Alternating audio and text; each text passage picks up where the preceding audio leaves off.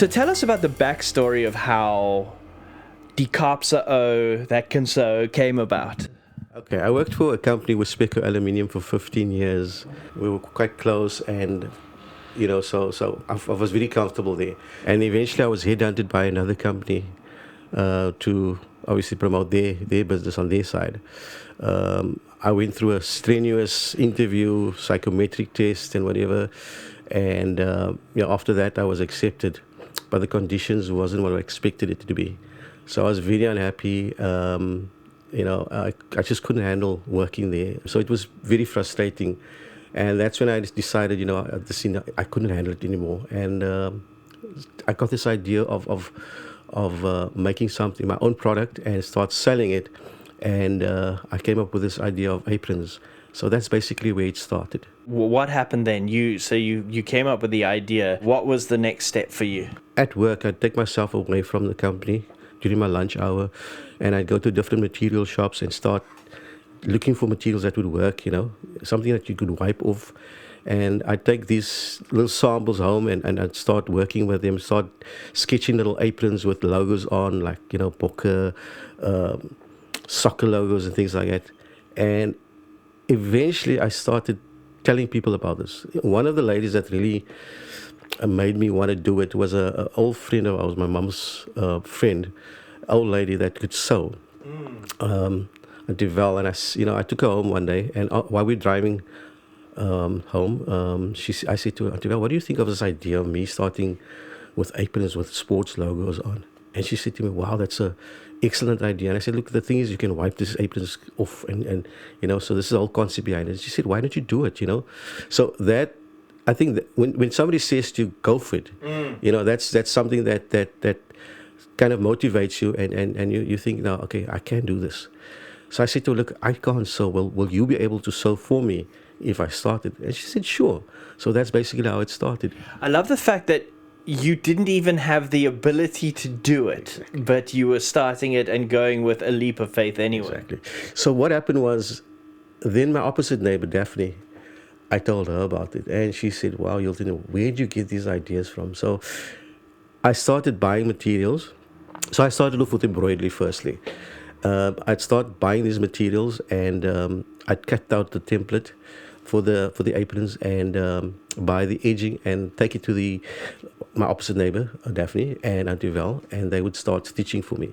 So they'd put the edging on for me, and I'd take it to the embroider, and the embroider would have obviously just put any design that I wanted on it. That's basically how it started. Fast forward, you've got your own location now, you've got your own equipment now, you've learned how to sew, which is a major thing. Let me tell you how that happened. So I started getting busy. Okay, I started doing markets, and it started taking off, and I didn't want to put the old ladies under pressure. In fact, I had 5 ladies started sewing for me, and they were all located in different areas. So one was in Deep River, one was in Manenberg, one was in Parow.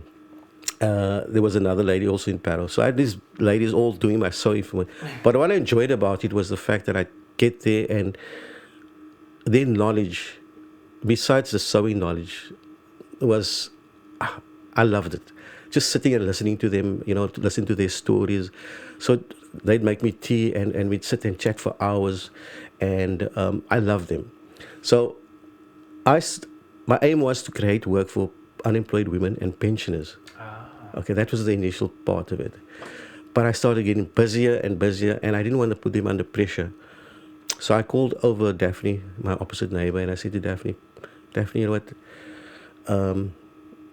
I've got this machine here. Can you show me how to sew? So she said, sure. It took me a week to get to know how to, use a sewing machine. Obviously, you struggle a bit because you don't know how to operate it. But it took me a week. But because of my determination, I got to know how to sew. And I started sewing better and faster than the old ladies. And they couldn't believe it. I'm sure you would have been a hit. All right, so tell us about the products that you have. Okay, so when I started with the aprons, I started thinking, I can sew. Let me start, using my brain. And one day I looked at the car headrest, and I said to myself, you know what, there's plenty of cars out there. And what if I design what I put on the aprons, the sports logos and car logos, and I design something that can wrap around on the headrest. So I designed this. I took one of the aprons and I cut it with the logo on to fit on the headrest. So I designed it in such a way that it fit perfectly on the headrest. And I stood back and I looked at it and I said, wow. I thought to myself, this, Hilton, you're brilliant. So I called over my neighbor Daphne. She's always the one my go-to when I design something. I said, Daphne, come over, have a look here. And she came over and she looked at it. She said, what? How the hell did you get to this product? I said, I used my brain. She said, Hilton, perfect. This is going to sell. And you know what? That's how I came to discover you, is because you showed me the headrest and I was like, I want one of those. And I actually bought one from you. And that's how I discovered about you. And I just thought it was a brilliant product. And then I discovered after that you did aprons and all sorts of other things. So what else do you do? Okay, so from the headrest, I started thinking, what else can you come up with, Hilton? And then I said, well, okay, there's babies. There's lots of babies around and to make some baby bibs. So I started making baby bibs. And the nice thing is also you just wipe it off. Yeah. And I started supplying a guy in Parow Center. Unfortunately, it's closed now. It was called Twain Baby Market. But Glenn loved my products. I mean, he sold lots and lots of my products there. So I started off with the aprons. At one stage, I even did, because I didn't embroider, I'd buy in beanies and scarves and caps, and I started doing embroidery on those and supply him. So again, I used to sit back and think, what else can I come up with? And then I thought of pillows, for kids and so on. So I can put anything on a pillow, and that's the other product that I came up with. So I made Man United, Liverpool, Tottenham, all the different types of logos that I can put on there. And I also, what I did was I thought of, weddings. People get married. So you want to give a gift that's personal to a couple. So I said to them, look, why don't you, those pictures that you take in the gardens together, looking at each other in each other's face, why don't you send me a picture of that and give it to me vertically, because then there's space for wording on the other side. So I did a couple of those and people love it. It's personal. Everything I do is personal. And that's the nice thing. And that's what I latched into in my business is the fact that I can personalize anything for anybody. So if they want a name on it, I can put a name on it. If they want to put something funny on it, I can do that for them. And what I don't do is give out business cards, because it's a waste of time. So it's very much a word of mouth kind of thing. And this, of course.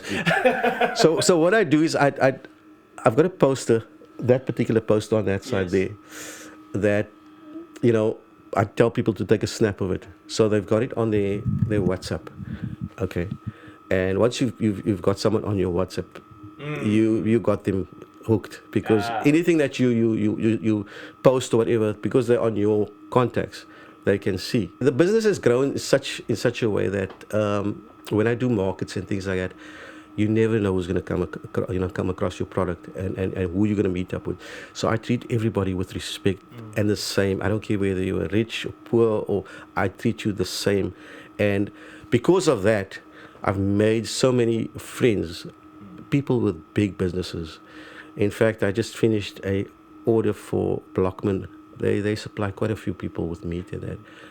He's ordered 60 aprons from me. I finished it and I sent it to him. So that's a butchery.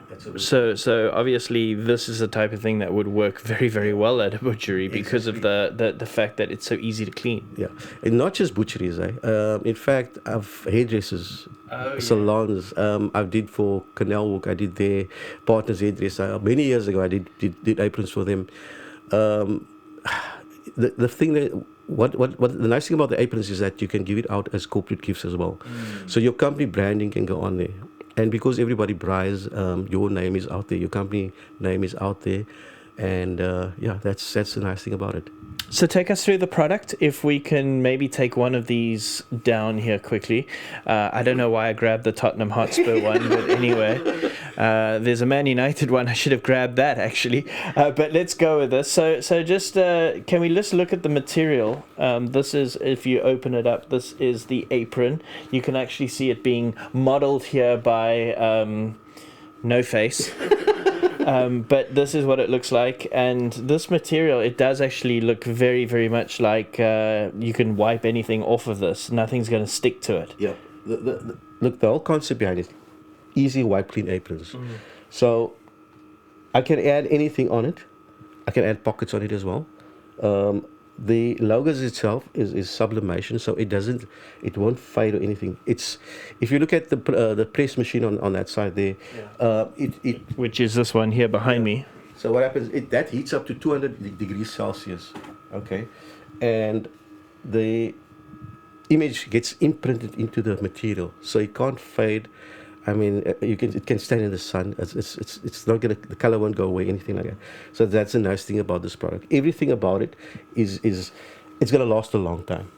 That's the whole concept behind the apron itself. Cool. All right, let me just put that down there for a second.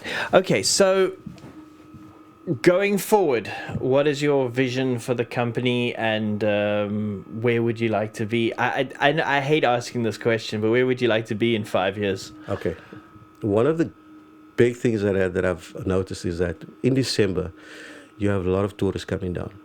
So when I do the markets in December, the Christmas markets and that, you meet up with people from all over the world. I've met up with people from New Zealand, Australia, Germany, and they all love my product. So what happened was, the fact that you can fold it nicely like that, okay, is an easy packing for the luggage. So you can pack it flat, and they obviously come down for looking for gifts that they can take with them. Yes. It's not going to, add to the cages of the luggage or whatever. So that's the one thing. And then they don't have this product wherever they are, whether it's Australia or New Zealand or whatever. There's a guy that came down here, and he's originally from Cape Town, but he's been in Sydney, Australia for many years, and he started the Sydney Marathon. Okay. And he walked past my stall 2 years ago, and he said to me, "Wow, I love your product. So can I put my logo on?" I said, "Sure." So while he was here, he gave me 4 different logos. Now, I don't know them, but maybe if you was from Australia, the Rabbitohs, Bulldogs, was Sydney Marathon. There was another one, I can't remember what it was. But I sat down and I designed it. I spoke to him. He wanted a bit of changes. He put the SA flag there, an Australian flag there, the guy's name there, and I finished it for him. And he took away 20 aprons, different ones, and he took it away to Australia. So my vision for the future is to go online, firstly. I don't know how I'm going to do it, because I've got no clue where to start, but I'm obviously... I can connect you to a few people, don't worry. Okay, so that's the one thing. And then, I would love to expand my business in terms of look, my vision is to get many companies to wear my product. You understand? So I've got to get the word of mouth out there, and get my hard work out there with companies, different companies, and that's what I'm looking for. So you're out at markets a lot. Tell us about the market that you're at. Okay, I'm at Willowbridge on a Saturday and a Sunday. They operate from 9 to 4 on a Saturday and 9 to 2 on a Sunday. So yeah, that's where you can get hold of me. And please pop by. You're welcome to bring your own logo or design. I don't take long. That's the one thing I don't do. Many companies out there, take forever to finish something that you want. And if it's a personalized gift or whatever, and it's somebody's birthday tomorrow, you're welcome to contact me, because I can't do it. Because I know this guy. He'll work overnight to get it done. Hilton, thank you so much. Die Kaapse O that can sew.